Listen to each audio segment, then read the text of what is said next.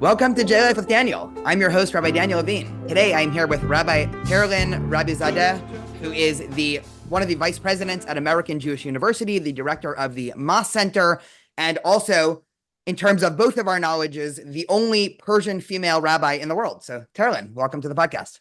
Thank you so much. It's so good to have you or be here. There are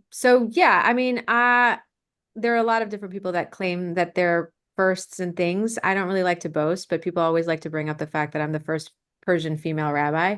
I definitely am the first with both parents that are Persian.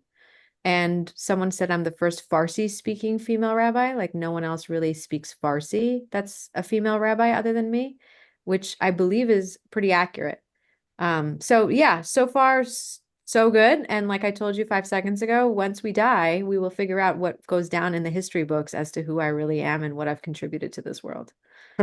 I appreciate that. And I will always brag on your behalf. So even if you're too humble, there's a bajillion reasons why I wanted to talk to you. I eventually want to get to the Persian community in Los Angeles, of which you obviously grew up and are currently a member in, but you've also been quite ubiquitous on the internet for posting about what's been going on in Iran. If my memory serves correctly, Lizzo, the rapper, invited you to an award ceremony a couple years ago. I remember reading articles about that. But how did you get involved in all of the activism that's happening in Iran? And even before that, for people that have really been living under a rock and just have no idea what the Masa Amini protests were or everything that's been happening. I mean, you can either start at the revolution or start a few years ago. What's your elevator pitch? Okay, elevator. It's gonna have to be a really slow elevator. It's a long pitch. It's a Shabbos Um, elevator. It stops at every foot. It's a Shabbos elevator. Yeah, so my parents are both Persian. My entire family is Persian, and they moved here in 1979 after the Iranian Revolution. So there was a time where if you lived in Iran, you as a woman could go to school or sing, or as people, you could, follow your own faith safely and wear whatever you want. 1979 comes around and Iran becomes an Islamic regime. And people flee, not just Jews, even Muslims flee because they don't want fundamentalist Islam in their lives. So Persian Jews, for the most part, came to New York, LA, Israel. For a time, they even went to Hamburg, Germany. And that was in 1979. So Masa Amini was it now a year ago, 2 years ago? I think I it don't was know, 2 years ago, if years my ago. memory is, Yeah, yeah. right around Rosh Hashanah time. I woke up one day and I heard that this girl, Masa Amini, she was Kurdish Iranian. She had left with her brother to go to the big city, like almost like going for the weekend to New York City. She went for the weekend to Tehran and she was stopped by the morality police. And maybe not everybody knows this, but in Iran, there's actually a morality police, people that go around and make sure women mostly are wearing, they're covered, their hair is covered, their legs aren't showing, things like that. And so she was arrested by the morality police. We don't know exactly why. Some people say because a piece of her hair was showing outside of her headscarf. A lot of other reports say because a piece of her ankle was showing. At the very least, she was arrested for some reason. She was taken into a van. And the next thing we see is she comes into the lobby of the some governmental office, and in the video footage, she faints. She faints, and then 2 days later, she's dead.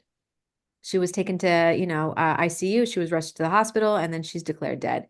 And from what we know, she must have been beaten so badly in the van, the only place where there wasn't video footage, because by the time she gets to the lobby of the government house, she falls to the ground and then she dies. So a revolution is started by the Iranian people. People start marching to the streets and pretty much saying this is outrageous. Like this is what kind of a religion wants people to die over a piece of hair showing or their ankle showing? And we didn't sign up for this, and we have lived in jail since 1979, ever since you became the government and rulers of this regime.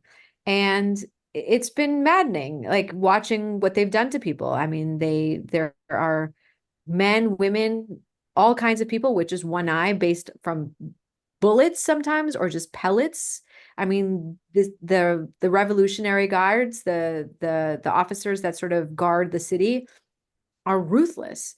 In many cases, there's been rape just to terrify people so they don't get to the streets. Imagine, God forbid, wanting to go outside and you could potentially be raped. it terrifies your mother and your father to say, don't leave, don't go out. And that's exactly what they want to do. There's other reasons why they rape. I can get into why specifically they've been raping as a form of fear. They've also poisoned a lot of schoolgirls because they were also coming together and forming coalitions. So I think to answer your last question, why this is so significant is that I guess I saw what happened to my family in real life.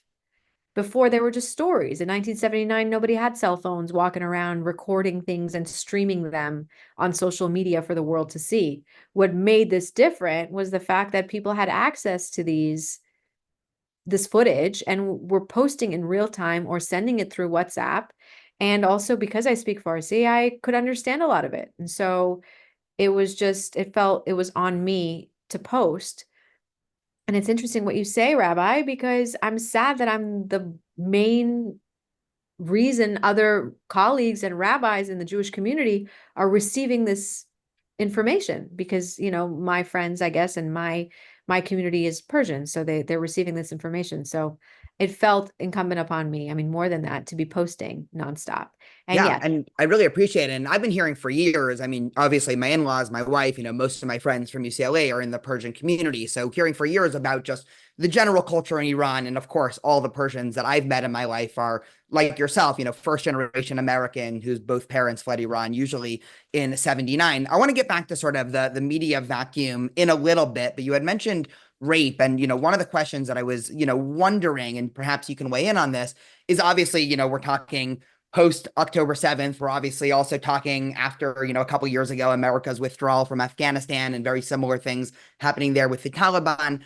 When groups that claim to be rooted in, fundamentalist or Islamist identity, right? From some perspective, obviously not defending it, but from a, fundamentalist religious perspective, you almost understand hyper modesty, all those things, but rape seems like the opposite of that. So you had mentioned before that you can get into more of the psychology or sociology behind that, but I would love to. I mean, that's always sort of been a question mark in my head. Why do groups like Hamas, which claim to be of the utmost religious, values, how are they defending this by any stretch of the imagination? yeah. So I'll say I'm speaking now also as an enraged female, um, more than I am as a rabbi, because what I'm about to say has a lot to do with Islam. And again, I'm just imparting the information I was told. I haven't read the Quran from front to back. From what I understand, there's there's a sin against killing a virgin.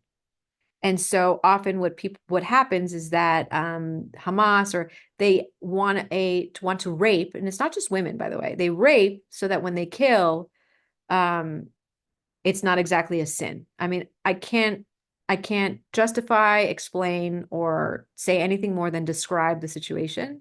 And so that's one of the reasons that they do it. They rape and then they kill so that and I think it has something to do with the fact that virgins go up to heaven or something like that. And so they want to make sure that that also doesn't happen.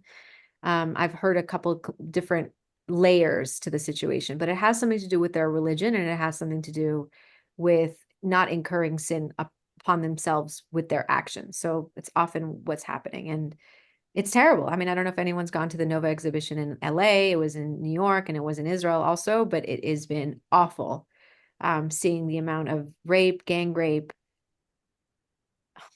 I think the hardest thing also, when I saw October 7th, and I'm sorry to jump around so we can reel it back, but one of the things that as a human, as a rabbi, I was in shock to see was just it was barbaric. It was almost as if they didn't have feelings. Because how could you do that? I mean, when I kill a fly, sometimes I'm like, I should have just opened the window and let it out of my car. I feel bad. I feel bad. I don't know what to say. But to see these people do it so ruthlessly, I mean, there's incidences where you heard about someone killing someone and then taking a Coke out of their fridge and drinking it. I mean, it's all on footage. You'll hear about this at the Nova exhibition if you go. It's just mind-boggling. And one of the first things I thought was they must have been drugged. And then only maybe a month or so later was it revealed that it was the same drugs that a lot of these revolutionary guards in Iran are taking. And Because this is also presumably, I mean, sorry to cut you off, but I no, mean, go ahead. obviously, Islam has a very strict prohibition against drinking. One would assume, I mean, again, neither of us are Islamic scholars. I would assume that's also prohibited. So it's this Okay. fascinating, you know, I think I don't know. I'm guessing, and it could be really dangerous territory where we're going in here, two rabbis talking about Islam. But I'll say this, once you make religion something that is supposed to happen in God's name, it becomes really difficult to argue with it, right? I mean, that's one of the reasons why progressive Judaism was created, so that we can't say God wants you to do that. We have choice, we have thought, we're not sheep, we have to think. But in Islam, it's like, in the name of Allah, in the name of God, we need to do the following. So sometimes perhaps taking these drugs in order to be able to, you know, do God's plan makes it okay. Yeah. And I'll also say, I mean, just for listeners, they of course know my background, but both of us have a lot of familiarity with fundamentalist Jewish communities also. I mean, not that I want to compare, the worst of, fundamentalist Judaism to Islamism, but I think we're both speaking. I mean, neither of us are experts on Islam, but I think, I grew up in an Orthodox community. You didn't necessarily grow up in an Orthodox. I mean, that whole denominations doesn't really make sense when talking about the Persian community. Anyway, we'll get there in about 15 minutes, but obviously the Persian community in LA is known for being, Masorati or traditional, conservative, and a more fundamentalist leaning. And I can imagine sitting here as a ordained Reform female rabbi, you do not fit into the mold of what one would consider to be an Orthodox Jew. So we do have some expertise there. Just to hone us back to Iran, and you had mentioned, or I had mentioned, the sort of media vacuum. One of the things that's shocking still with what's going on in Iran, because of course, it didn't end during Masa Amini. These things are still happening really every week, as I'm seeing, from your and other social medias. Why are Western feminist groups or LGBT plus groups? I mean, the same question obviously could apply with Israel and Hamas, but even putting that aside, let's say neither of us cared about Israel at all, just in terms of Iran, I mean, I meet a lot of non-Jewish Persians in Orange County. There's quite a big Persian community here. Right. And I remember talking to a lot of them. I mean, I live across the street from Wholesome Choice, which is, a huge Persian market. And, I'm there 2-3 times a week. And every time I bump into people and have conversations, these are either Muslim or Zoroastrian Persians. They're horrified with what's going on in Iran. You walk into Wholesome Choice and there's a massive Masa Amini poster still 2 years later. And yet when you go to the website of any, feminist groups or progressive groups in America, there's sort of, utter silence on the matter. I mean, I'm sure you've been much more frustrated with this than I am, but I mean, what do you think it is? Ignorance, racism, a little bit of that. Racism against almost the low expectations for the Arab or the Islamic world, or? I mean, one of the conversations people are having in the Persian community is who to vote for, right? So putting Israel aside, because that's a hot topic for Jewish Persians, I would say, the idea is Putin would prefer Harris. I mean, Trump, because Trump would maybe, I don't know, give his pal a piece of Ukraine. I don't know. And then, the Persians would, the Iranian Islamic Republic, the government, would want Harris, because Democrats have often been easy on them, lifted sanctions and things like that. So it's just, we're thinking really right now about what matters most. I mean, do I care more about what's happening to the people of Iran right now than I do the people of Ukraine? I mean, I was advocating for Ukraine before the Iran stuff happened, but it's true that, if I had to choose my battle, I'm thinking about Iran. Most of Americans here really understand what it's like I think they have a stronger tie with Ukraine, maybe because of skin color. I'm not ashamed to say it, but also just, Putin is just an aggressor taking land from Ukraine, and they feel bad for it. I think that they see issues that happen in the Middle East as complicated. Same with Israel. It's like this easy way of getting off the hook of describing it or talking about it. It's just complicated, and it's wild to me. So Ukraine is the underdog and the Palestinians are the underdog. That's how they see it.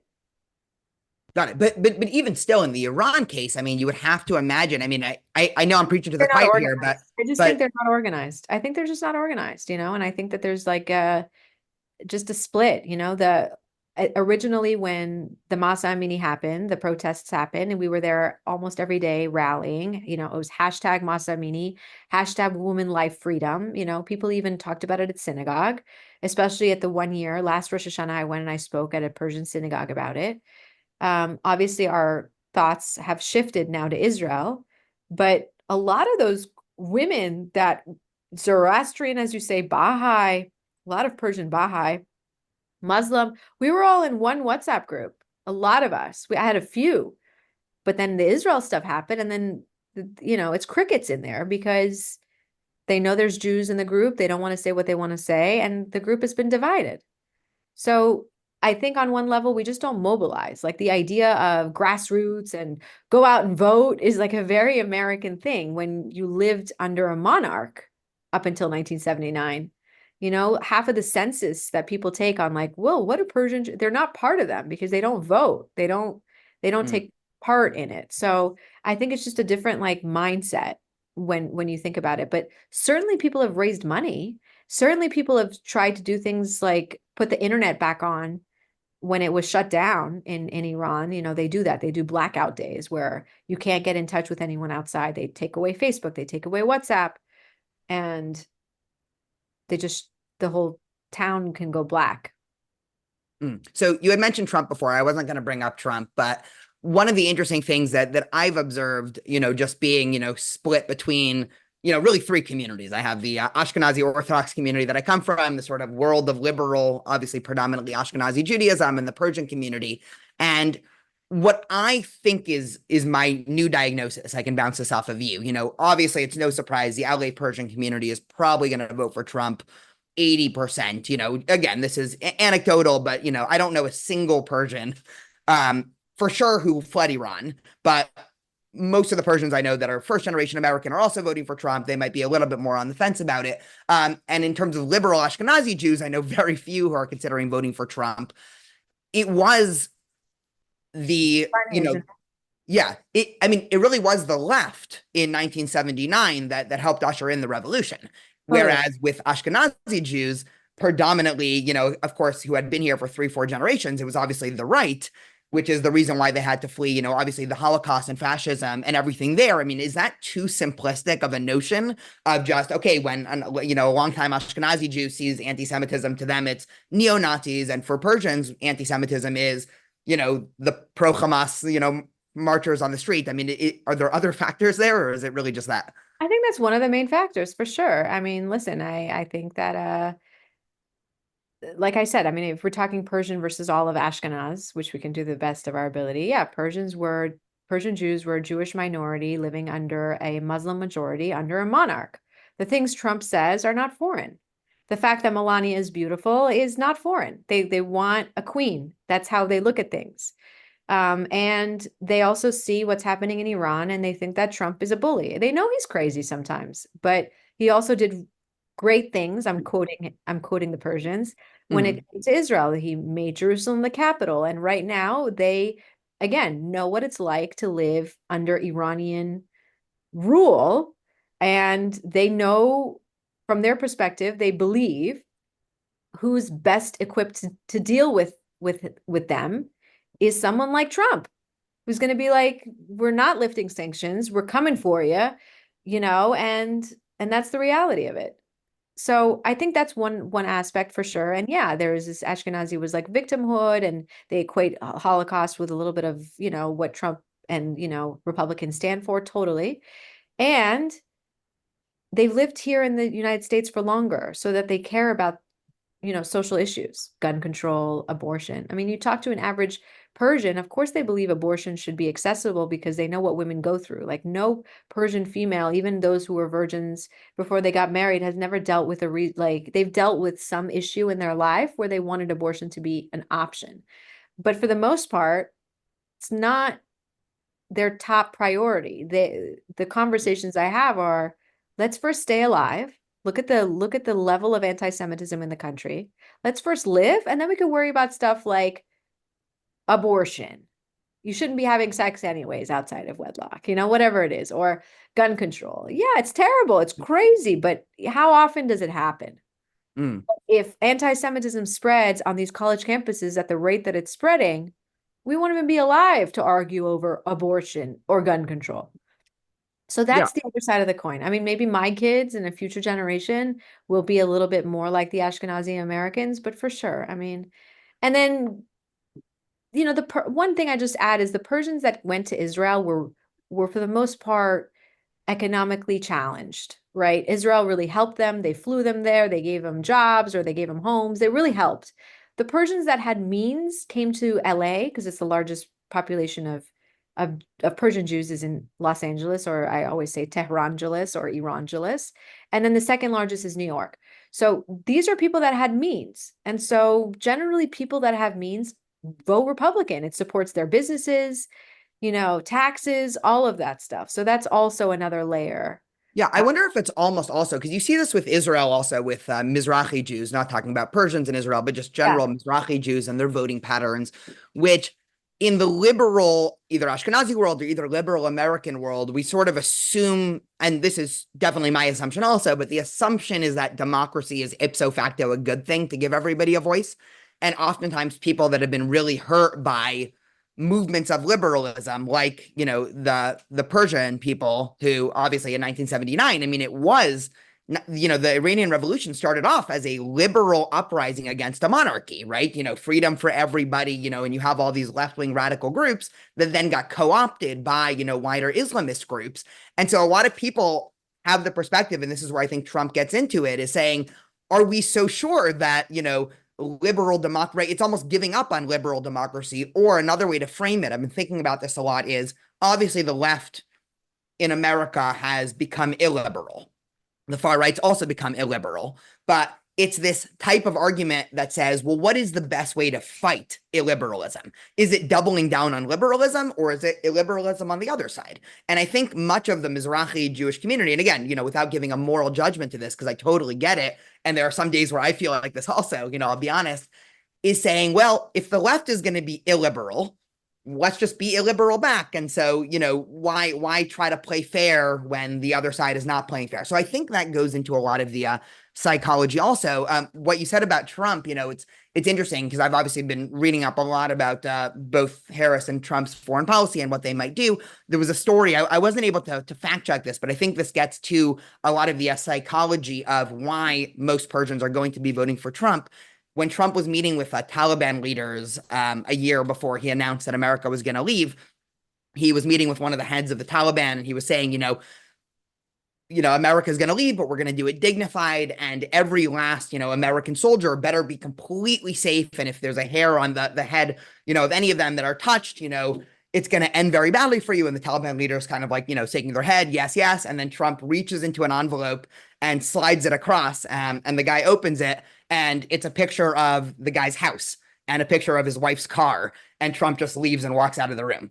And so, you hear a story like that again, without, no moral Honestly, judgment. honestly, you look at that out of context and you think how horrible. But then again, if you see some of the things that they've done or are capable of doing, I mean, don't get me started on the Taliban. I mean, the girls are not only, it started with they're not allowed to go to school and get educated past, I think, age 6. And now they have to be covered from head to toe, just having their eyes show, pretty much like a burqa. Like it's not just a hijab as it is in Iran, which is causing uproar just for that. But head to toe, black, covered, just eyes showing so they can see where the heck they're going. And then they're not allowed to now speak in public. A girl, a woman is not allowed to utter a word in public. That means go to a store and speak. I mean, yeah, I'll show a picture of their house, their mother's house, their father's house, and I will threaten them as much as I can in order to get these people out of power. I mean, if we care about democracy in the United States, which is why people fled and came to this country, right? It's because we care about choice. And they're taking away choice, they're taking away rights, they're taking away dignity. One of the reasons people are open to taking to the streets in Iran is because they've said, we're in jail anyways. Like, you think we're alive. We're just living. We're not alive. Like, our bodies are here, but we're not allowed to do anything. And it's crazy, Daniel. It's out of control. I mean, the music that they have access to is from 1979, like stuff my mom listened to in high school. They don't have new music that they have access to. They shut it down. It's crazy. Sorry, I'm just like, now you're on No, my no, I mean, you're totally, I mean, But yeah, I think, and no, I think, and I don't know who your viewers are or who your listeners are, but I think just like some of the things that Americans don't understand, and I'm just going to generalize, we live really far from the rest of the world. I mean, maybe if we even lived near France or Italy, or we would just have a little bit of a more of a culture understanding. Our neighbors are Canada and Mexico, and we hardly hang out with them. So we really don't understand culture. And so when we want to, as Americans, or the way I feel most Americans approach things, is to put democracy out there in the Middle East in the way that Americans are conducting democracy or are part of the democratic world. It doesn't work the same over there. Sometimes I tell my American rabbi friends, come over for Shabbat dinner. We're all Jewish. We're all the same. And see how you can't get in a word in edgewise. How talking to them sounds like an argument for you. It's a Yeah. cultural difference. So I can't listen to people anymore get on their soapbox and tell us how to deal with the Middle East. So I'm glad you took this conversation away from Persian and just said Mizrahi, which means Middle East. Because I would say on this topic, on how to deal with these extreme fundamentalists, Jews who lived under Muslim rule are the best people to give advice. The Moroccans, the Persians, the Iraqis, the Libyans. I mean, they know how to deal with them. You're going over there and you're trying to shake their hand and talk to them. Listen, don't do it. These people are nuts. We're going Yeah. to deal with them the way we know how. And so we should be taking our cues from people that know what it's like to live under the regime. Yeah, no, I think, your average American either has a naive type of liberalism to them where they falsely assume that really at the end of the day, everybody in the world just wants, financial means and a house and food, and they completely discount the role of ideology. There's a Right. lot to say about that.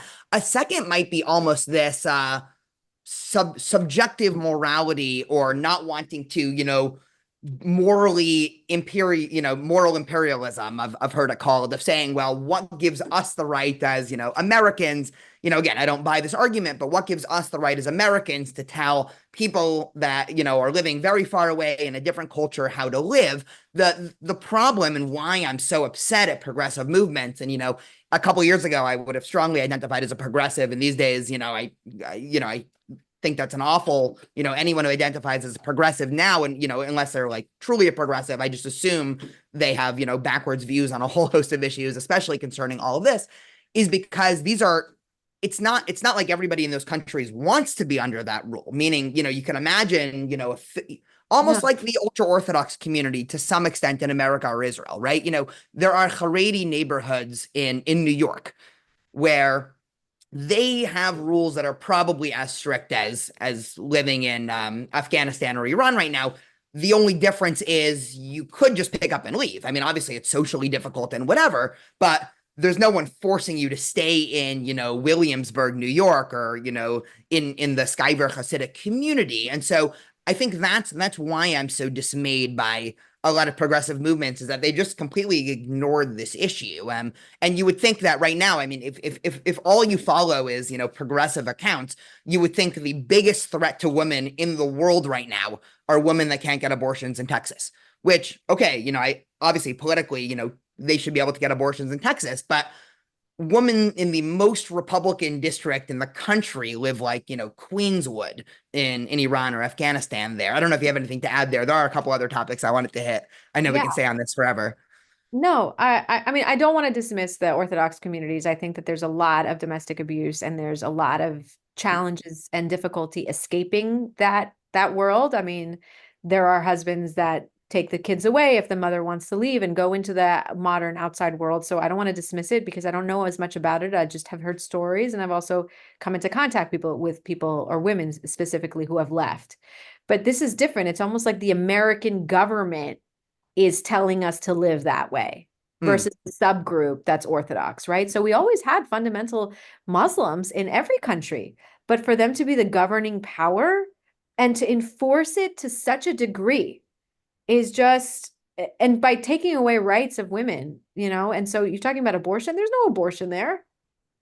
Like you can't, anyone who would perform an abortion could get killed, sentenced, no doctor wants to even do it under the table. So it's just different. It's just people need to go to the Middle East and hang out there for a minute before they give their 2 cents worth. So I would say, yeah, the morality, all of that, and how we feel obligated to help the Middle East. And there's also miseducation. I mean, I'm really sad that we have so much education in our school district, about American history, Black history, Native American history. We don't really do much about international relations. And I know that we leave that for college, but it's just such a missed opportunity because not everybody goes to college past high school. I would argue these days, I mean, somebody hanging out on a college is probably not learning as much about foreign policy Yeah, as even you would college. hope. Yeah, and like, we used to live in a world where people would get up and read the Financial Times and The Economist and the New York Times and, have 2 cups of coffee before 9 a.m. Now I'm like doing a song and a dance on TikTok just so people understand what the issue is right now. And I got to be entertaining, capture their attention, look good. I mean, it's an insane time. So yeah, I mean, we're like what, 0.08% of the world is Jewish, and then like what percentage is Muslim? Like billions.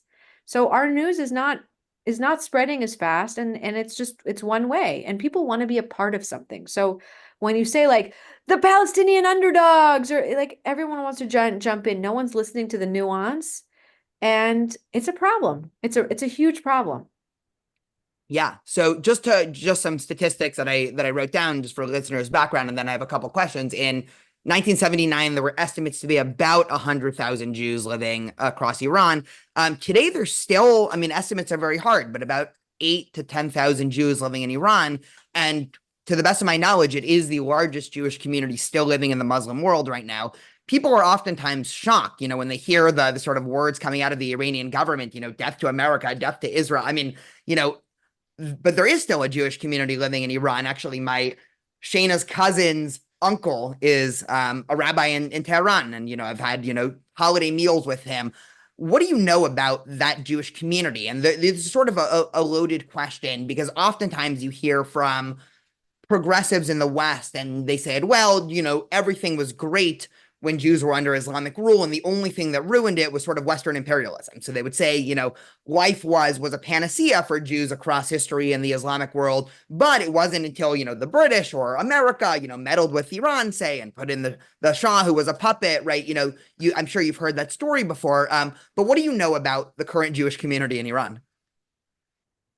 Not much. I know that there have been people that have visited Iran, especially before the Masa Amini and long before October 7th. And, they tell me a little bit about what life is like. People are hardly speak any English really well, which is such a shame. My parents speak English perfectly and they learned it in school over there. But yeah, they take away Western ideals, speaking English, so that the common person can't speak English as easily. And so it's hard for them to communicate. For just a little bit of Hebrew, but their Hebrew isn't good either. It's mostly ritual and reading. I know that the Magen Davids, all the stars of David, are supposed to be covered even inside of the synagogue. It's outlawed now. This is a new thing. Hmm. And they have people marching in the streets saying death to Israel that are Jewish, and people have said for years that they do it for optics, that they have to, that the government needs them to do it. They don't, for the most part, participate in the protests because God forbid one Jew participates, and then it's, we're gonna make the Jewish people a scapegoat. I This know. actually reminds me. Sorry to cut. I mean, you had said before that Persian Shabbat dinners, everyone's just cutting them each other off. So I wanted you to feel at home on the podcast. Another both plus in Trump's cap for the Persian community, but that's not why I wanted to say this. The assassination of Qasem Soleimani, who was obviously an orchestrator of hundreds, tens of thousands of deaths really across the Middle East, right? A terrible person, part of the Iranian government. I remember actually, many of the high profile rabbis in the Jewish community in Iran went to that funeral. And there was a couple really interesting articles being written about that. And basically, obviously, the analysis was they have to pretend like, the murder of Soleimani was, this sad, horrible thing that America did, when in reality, I mean, probably most Persians in the world were very happy that he was killed. So just another. There's a lot of things that happen. By the way, if you go to a Persian dinner, it's not Israeli. They don't cut you off, but it's very politically direct and charged. And that's what I'm saying. And God forbid my mom listens and says, we don't cut each other off. We're polite. So, I've been but asked. I mean, it's funny because in Ashkenazi circles, and I think I've always been more of a Persian at heart. I mean, one, of course, the food's way better. I mean, you guys just Ashkenazi food is like probably of all the cultures, cuisines in the world, Ashkenazi food might be in the bottom three. I haven't tried many, but I would just guess Persian food's probably my favorite. So you guys definitely win on that. But I think culturally also, I've never been asked point blank in an Ashkenazi setting in a very public, Shabbat dinner with 20 people where someone points at me and who are you voting for president? Never happened. Totally. It was Persian every time I go to everyone a asked me dinner. Friday night, like, oh, are you one of those? Like, Exactly. am I a Democrat? Am I one of those? So it is, and the other conversation that we had this past Friday night is where would we escape to if we had to escape because of the Hmm. anti-Semitism? And that was really scary because we couldn't agree on a country.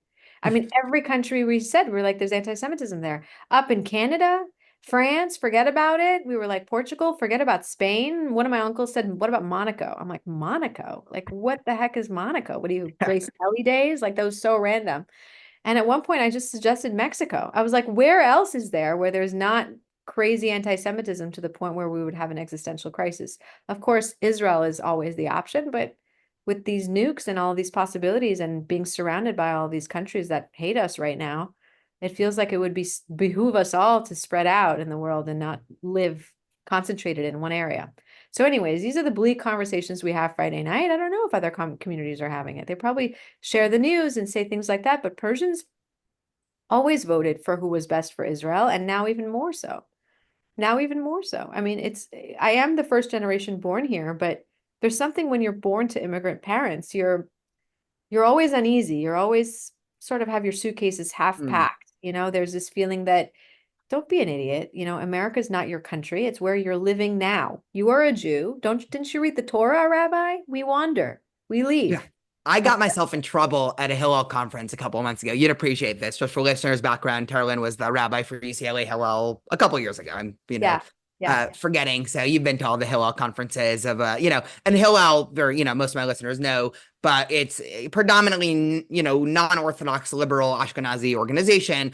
And they were sitting around at a conference, and this has become my new biggest pet peeve in liberal Ashkenazi Jewish circles. Somebody says something to the effect of, our goal this year as a Hillel is to be less Ashkenormative. Okay, great. For listeners that have never heard the term, this assumption that all Jewish spaces are Ashkenazi and that's the norm. And somebody else started giving ways that their Hillel was becoming less Ashkenormative by instituting more progressive friendly social policies. And I was sitting there, again, without moralizing, I literally raised my hand and I said, you guys know that the best way to get non-Ashkenazi students is actually probably to do more right-wing. And, every time a Hillel assumes that everybody's voting for Harris, that's less Mizrahi friendly. And people were shocked. People, what do Yeah. you mean? I was like, guys, like, talk to non-Ashkenazi Jews. Don't just assume because they're darker skinned than us, they're Yeah. all voting, more Yeah. progressive. It's become the most frustrating thing to me. Yeah. Don't even get me started on Jews of color. I mean, how we're categorized as such and we don't identify for the most part. It's a lot. There's a lot of assumption and it's ignorance. And I think ignorance is assuming and a little bit of racism, a little bit like, oh, they're white, so they must be. Oh, they're brown, so they must be. But it's not true. I mean, we're all fighting different fights. Exactly. Well, it's a very American centric way of viewing the world Totally. where, And that's my yeah, point. Like if anyone listens to this podcast and leaves with any, one-liners or, one main theme, it's that we often look at the Middle East and the world and ourselves through American lens, but it's just not the way other people do things. People speak with emotion. They don't speak, I just had like 2 staff meetings back to back today. I'm realizing how much I need to take my emotions and put them in a very logical way so that everyone in my American context can understand it, and it's foreign to me and it's an extra step for me to have to do things that way. And so just think about that when you're thinking about, oh, well, it's easy what we should do over there. It's like, no, it's not. yeah. No. Okay, so obviously you're very busy. I know we only have a few more minutes, but I had two questions that I just wanted to ask you. One, and you can tackle these in any direction or take it however you want. What are some things that you think people that have very little familiarity with the American Persian community should know? That's one question. Second question is, what has it been like for you? I mean, the sort of implication, that's a better word. The implication of everything we've been talking about is the Persian community in America is very conservative socially. So, you know, being a female rabbi was probably not on most of their bingo cards in terms of what they would imagine for their community. So, you know, what has that experience been like? And, you know, what do you think people should know about the Persian community?